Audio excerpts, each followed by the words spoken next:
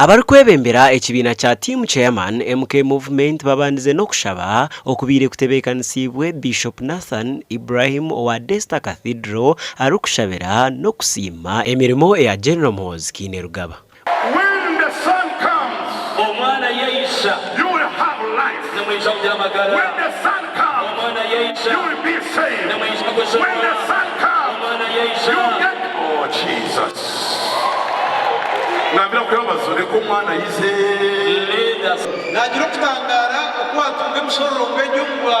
was amazed how we got these scriptures. I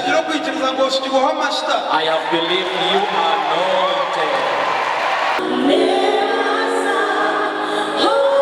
Bwanyuma yokushaba ababeteranire a Dreamwood okutongoza obukiiko bwabebembezi okurwa mu districts mukaga ezaburengero izoba hamwe na site ya Mbarara.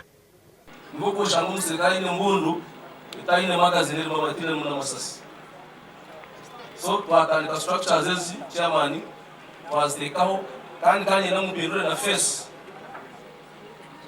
ya team chairman especially mkurugunizing leaders bitu angole na region yo mutwariza. Kubasa kuba byafandumu tukareka abantu bitu bakaza kubuza buzugwa anda inarayemu tureto bukodo busya kuma bona bire bagenze bagiro mukate bagaruke.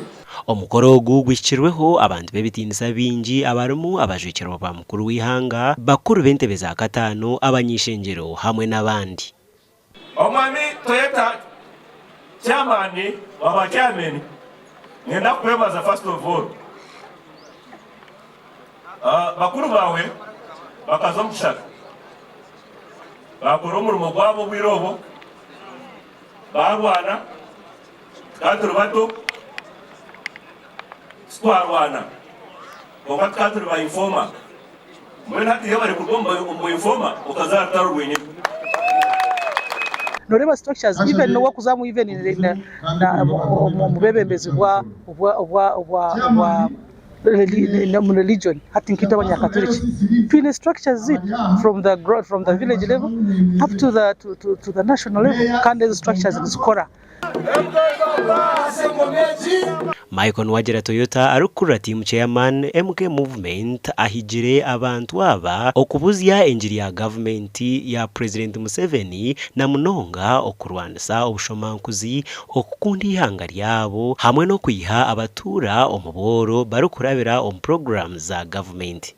Turi hamwe na president, turi hamwe na program zone za government kandi akatwikiriza no kugira ngo tugume tutambuza engiri ya government ombantu ahaboko ni mangu na wali ya TV umurimo gutukora no kureba ngo tutambuza engiri ya president engiri ya NRM aheta kwikantigisyaho.